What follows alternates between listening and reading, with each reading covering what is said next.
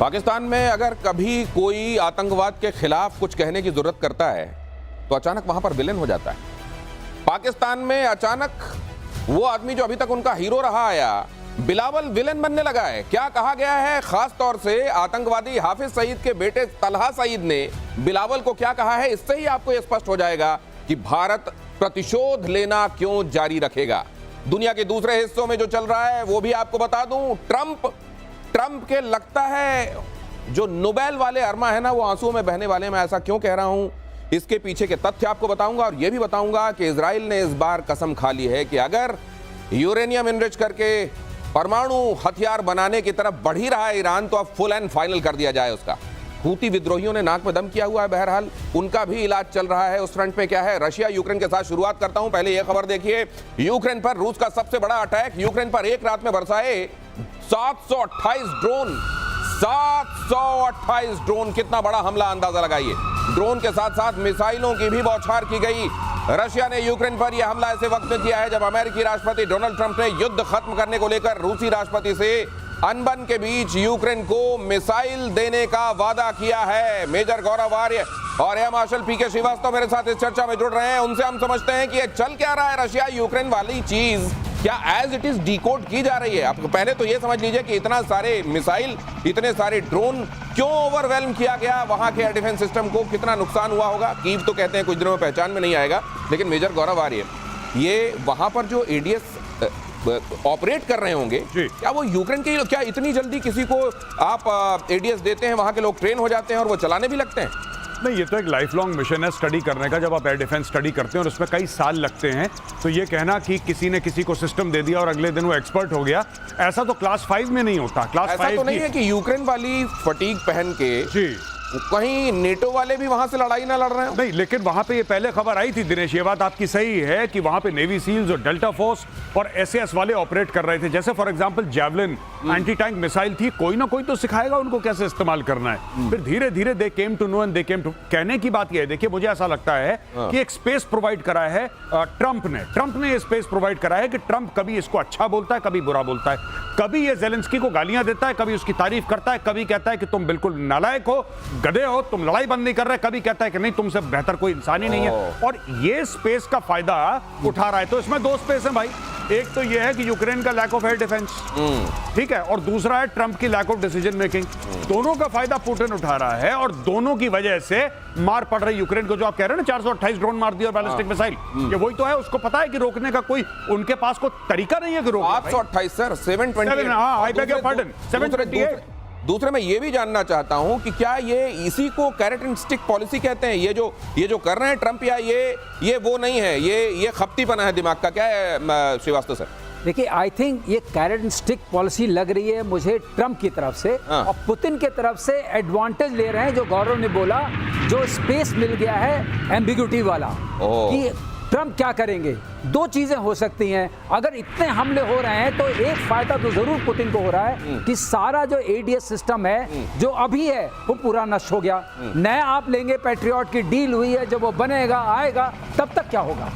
War तो country pack जो आप कहते हो मिलेगा कि नहीं मिलेगा, वो मिलेगा कि नहीं मिलेगा। अगर पैक 3 नहीं मिलेगा तो हाइपरसोनिक्स मिसाइल को बचा के रखा होगा। तो अगर ये पैक नहीं मिले, हमला हो रहा है, बाकी मिसाइल से हो रहा है, हाइपरसोनिक से नहीं हो रहा है। रशिया बोरिया बिस्तर पैक करने वाला है अब जेलेंस्की का बहुत जल्दी। अगली खबर देखिए, रूस को घेरने की यूक्रेनी जो प्लानिंग थी उसका वो लीक हो गई है। यूक्रेन सेना प्रमुख ने कहा रूस की जमीन पर उसको शांत नहीं रहने देंगे। कुर्स्क और बेलगोरोद में तबाही मचाने के आदेश दिए गए हैं। यूक्रेनी सेना प्रमुख अलेक्जेंडर सर्स्की ने ऐलान कर दिया है कि अब न सिर्फ बचाव होगा बल्कि रूस के भीतर घुसकर कब्जा भी किया जाएगा। ये मुंगेरी लाल वाला डायलॉग है, वाकई ऐसा हो सकता है? सर, ये ख्वाब नेपोलियन ने भी देखा, ये ख्वाब हिटलर ने भी देखा। ये बड़े बड़े सूरमा है जिन्होंने ख्वाब देखा रशिया इतना बड़ा है कि यूक्रेन का बच्चा पैदा हो और 90 साल का हो जाए, वो यूक्रेन पार नहीं, ये रशिया पार नहीं कर पाएगा। ये लोग क्या बात कर रहे हैं, रूस पे कब्जा कर लेंगे। कब्जा कर लो। रशिया क्या करेगा, विंटर का वेट करेगा। सेकेंड वर्ल्ड वॉर की बहुत बड़ी कहानी है। जब बोला था कि कौन है तुम्हारा सबसे बड़ा जनरल, तो रशियंस ने बोला it is general winter.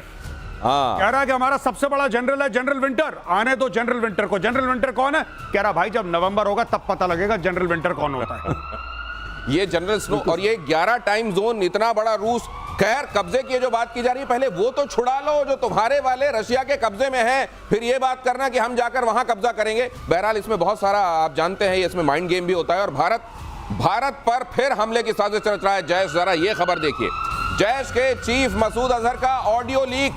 Jaish के 10,000 फिदाइन जिहाद के लिए रेडी, मुजाहिद को दिया गया पैसा जिहाद के लिए इस्तेमाल होगा। ये इनको जब मस्जिद सुभान अल्लाह वहां टूटी फूटी, कहा जा रहा है कि करोड़ों रुपए जो मदद में मिले थे अमेरिका की तरफ से, भीख में मिले थे, वो दे दिए गए इनको।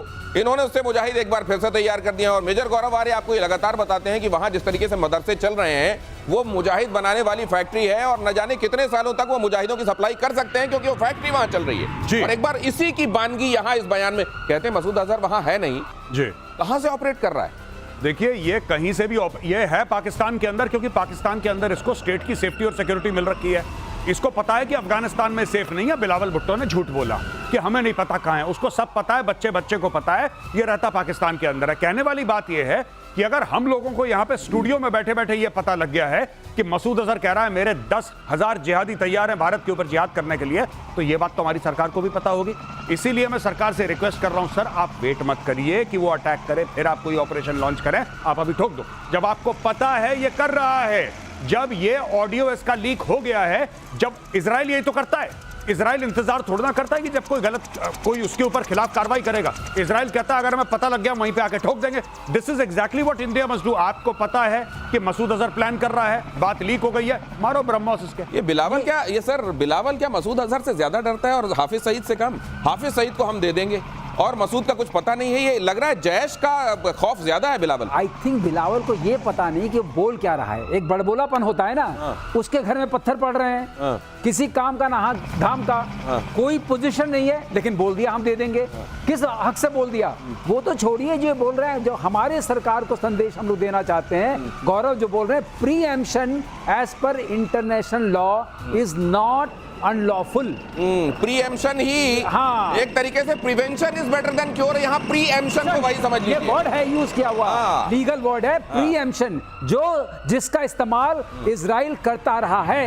अब हिंदुस्तान भी उसी मौके पर आ गया है, प्रीएम्प्ट करिए, प्रीएम्प्ट कीजिए। और वो खतरा जो ये अगर अपने मुंह से बता रहे हैं तो इस समय तो मौका भी है, दस्तूर भी है। इन्होंने कह दिया, यही बहुत बड़ा सबूत है कि इन्होंने 10,000 तैयार किए थे, एक बार फिर से वहां अटैक करना हमारे लिए जरूरी हो गया था और प्रतिशोध जारी है, तो यही सही वक्त है। लेकिन अगली खबर देखिए, पुलवामा को लेकर बहुत सारे लोग कह रहे थे कहां से आया विस्फोटक, कहां से आया। जरा देखिए खबर, पुलवामा अटैक को लेकर विस्फोटक खुलासा। विस्फोटक ई कॉमर्स वेबसाइट से खरीदा गया था, आतंकियों को ऑनलाइन इसका भुगतान किया गया था। एफएटीएफ की रिपोर्ट में हुआ खुलासा। दुनिया भर में आतंकी फंडिंग पर एफएटीएफ नजर रखता है।